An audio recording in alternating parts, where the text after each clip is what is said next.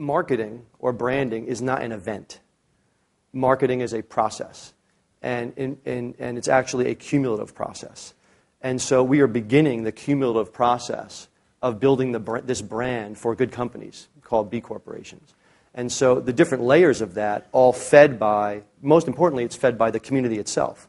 And so if you've got $650 million brand out there today that's just beginning to integrate those logos onto 7 million bags of flour and 500,000 catalogs and 30, painting trucks and quarter, 350 yard signs in suburban Philadelphia for Nolan Painting. Like, all those little things are the things that you see as you go about and live your life. And you say, oh, yeah, I know, I've heard of that.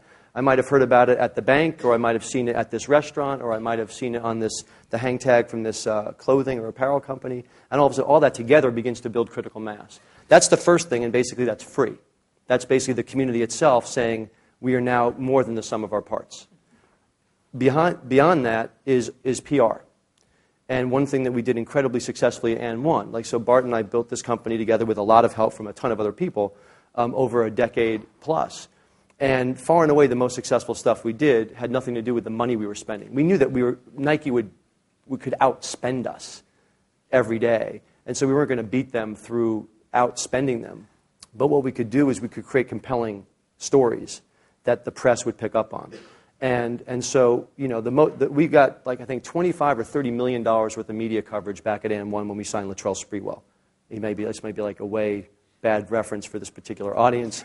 But that being said, and we ran an ad. We spent $75,000 to produce an ad. We ran it once during the NBA playoffs. It cost us $400,000. So for under a $500,000 investment, we got $25 million worth of media coverage, 60-minute story, New York Times Magazine, et cetera, because we figured out a story that was topical and that would sort of get sucked into a media story. The beauty of what's going on now in this space that Andrew's talking about and that Bart's talked about it is we don't have to create media interest in things green or sustainable or responsible. Muhammad Yunus won the freaking Nobel Peace Prize, for crying out loud. Bill Gates is being covered in the Wall Street Journal the day before he delivers his speech at Davos talking about creative capitalism. The wind is at our backs. We're in the last 2 or 3 years, everything has changed. And so we are just providing a story that's ready-made to go into this current media hunger for, if I have to see another green issue of some magazine, I'm going to throw up. And all the editors and reporters are saying the same thing, which is, well, everything can't be green. And so once you ask that question, or is it just about being green? What about people? And so once you ask those questions, we are a logical part of that story. And so we've gotten an inordinate and perhaps undeserved amount of press for where we are in our business cycle development.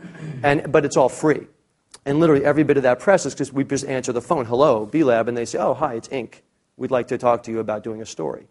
And so there's the co-branding effort, there's the PR, those are the two primary things. And then, we had reasonable success building a $250 million company, creating an emotional connection with consumers around, a brand for good ball players. And now we're just using those same tools to create a brand for good business.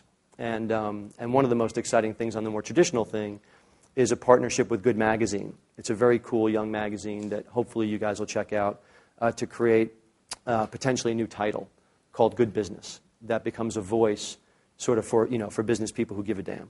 And that's an example of another type of marketing that's really about creating a vehicle to own a message, not just run a print ad or run a TV ad or figure out how to do a cool video that gets uploaded onto YouTube and spit out. But there's a way, how do we own a message and own a distribution channel for that message that becomes puts a megaphone up in front of all those tens of thousands of businesses and those $2.5 trillion worth of investment capital, and we just create a frame around which to see them a little bit more clearly and a way for them to be heard with a little bit more amplification to their message than they might have had if they were all doing it on their own.